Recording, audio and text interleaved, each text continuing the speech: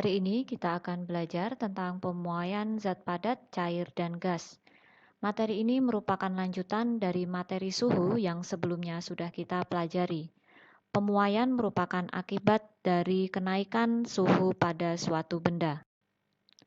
Adapun tujuan pembelajaran kita hari ini, yang pertama, kita memahami konsep pemuaian zat padat berdasarkan percobaan Musschenbroek. Yang kedua, kita dapat menentukan panjang benda setelah mengalami pemuaian.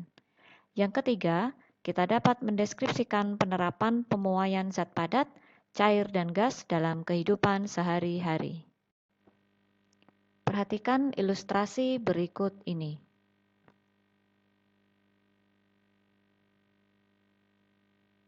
Terdapat dua buah gelas kaca.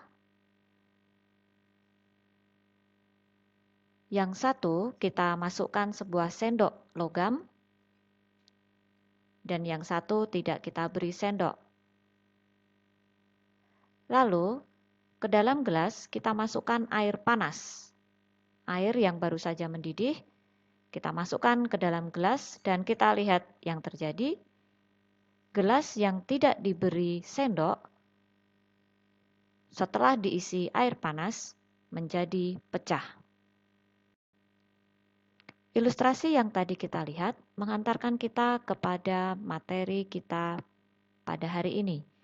Yang pertama yang akan kita bahas adalah pemuaian yang terjadi pada zat padat. Pemuaian zat padat dapat terjadi terhadap panjang, luas, dan volume. Kita akan perhatikan percobaan Musschenbroek ini untuk memahami pemuaian panjang yang terjadi pada zat padat. Kita perhatikan video berikut ini.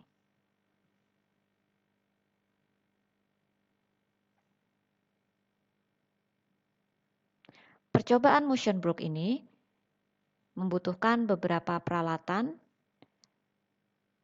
bahan yang digunakan atau benda yang diukur aluminium, besi,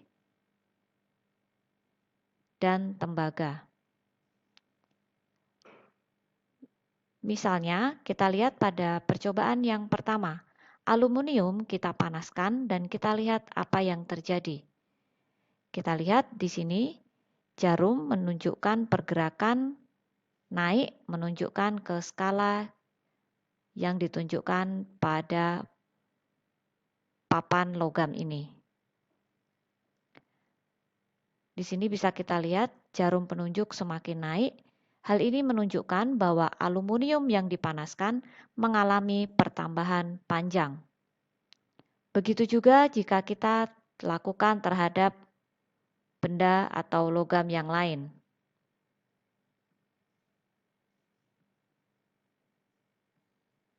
Misalnya kita lakukan percobaan terhadap besi. Besi ini kita panaskan, lalu kita lihat jarum bergerak naik. Ini menunjukkan besi mengalami pertambahan panjang. Dalam pemuaian panjang yang terjadi pada benda padat, ada yang disebut sebagai koefisien muai panjang. Koefisien muai panjang adalah suatu bilangan yang menunjukkan pertambahan panjang suatu benda padat apabila suhunya dinaikkan 1 derajat Celcius. Di sini bisa kita lihat, misalnya aluminium memiliki koefisien muai panjang 0,000026 meter per derajat Celcius. Ini menunjukkan bahwa aluminium sepanjang 1 meter, jika suhunya dinaikkan sebanyak 1 derajat Celcius, maka panjangnya akan bertambah sebanyak 0,000026 meter. Begitu juga seterusnya untuk kuningan hingga kaca pirek. Koefisien muai panjang dapat dihitung dari pertambahan panjang dibagi panjang mula-mula dikali kenaikan suhu, atau dapat disimbolkan dengan alpha sama dengan delta L dibagi L0 dikali delta T.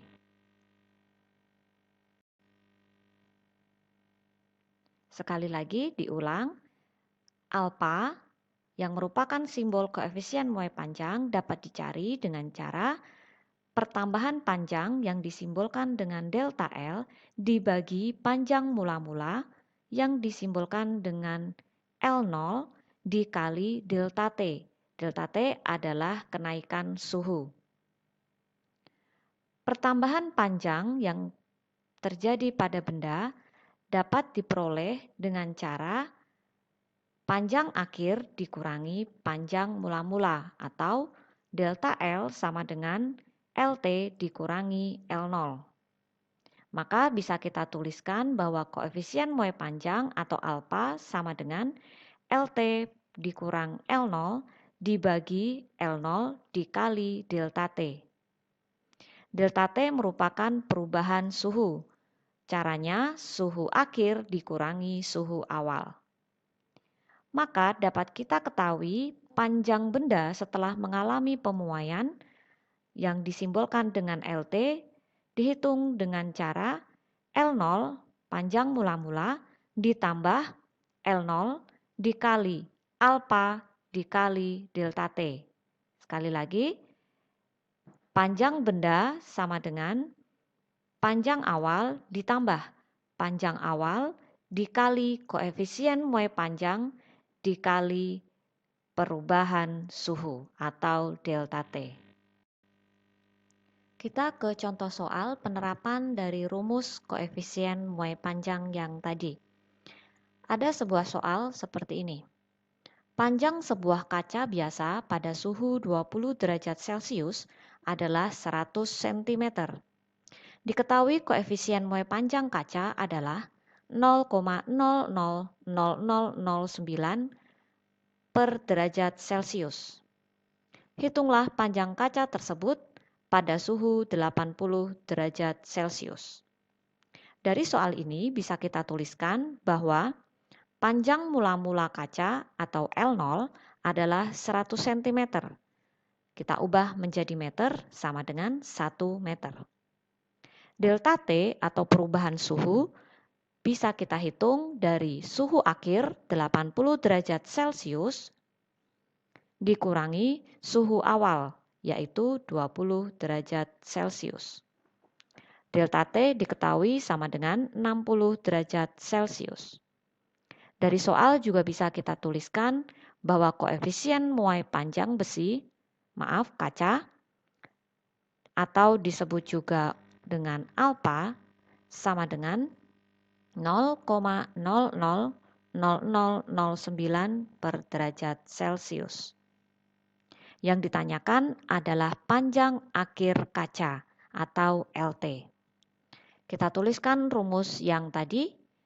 Panjang akhir atau LT sama dengan L0 ditambah L0 dikali alfa kali delta T. Kita masukkan angkanya L0 1 ditambah 1 buka kurung, masukkan koefisien muai panjang kaca dikali delta T 60 derajat Celcius. Setelah dihitung hasilnya panjang akhir kaca pada suhu 80 derajat Celcius adalah 1,00054 meter. Selain mengalami pemuaian panjang, setelah dipanaskan benda padat juga dapat mengalami pemuaian luas dan volume. Pemuaian luas dapat kita lihat pada gambar berikut ini. Terlihat di gambar sebelah kanan, benda padat mengalami pertambahan luas. Besarnya koefisien muai luas adalah 2 kali dari koefisien muai panjang. Koefisien muai panjang dapat kita lihat pada tabel yang ada di slide sebelumnya. Sedangkan pemuaian volume dapat kita lihat dengan ilustrasi gambar berikut ini, di mana sebuah balok setelah dipanaskan mengalami penambahan ukuran volume. Besarnya koefisien muai volume sama dengan 3 kali koefisien muai panjang. Setelah tadi kita bahas pemuaian yang terjadi pada zat padat, sekarang kita akan sedikit menyinggung tentang pemuaian yang terjadi pada zat cair dan gas.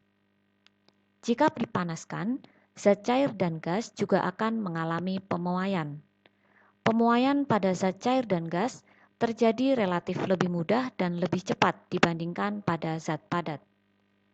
Gambar di bawah ini menunjukkan peristiwa pemuaian zat cair dan gas dalam kehidupan sehari-hari. Misalnya ketika kita memasak air hingga mendidih, atau kita memasang sebuah balon pada mulut botol dan botol tersebut kita panaskan dari bagian bawah. Kalian dapat mengamati peristiwa-peristiwa lain yang terjadi di sekitar kita dalam kehidupan sehari-hari.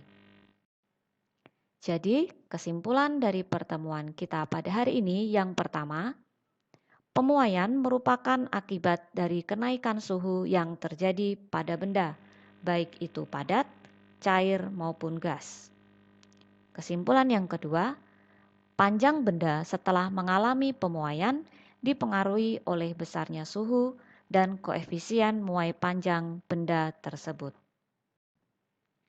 Untuk menguji pemahaman kita terhadap materi yang kita pelajari hari ini, Ibu memberikan beberapa soal uji pemahaman. Yang pertama, kalian pasti pernah melihat instalasi listrik bertegangan tinggi atau yang disebut sutet. Pada gambar ini terlihat bagaimana gambaran kabel yang dipasang pada aliran listrik bertegangan tinggi. Pertanyaannya, kenapa kabel yang dipasang pada sutet atau instalasi listrik bertegangan tinggi dipasang kendor atau tidak tegang?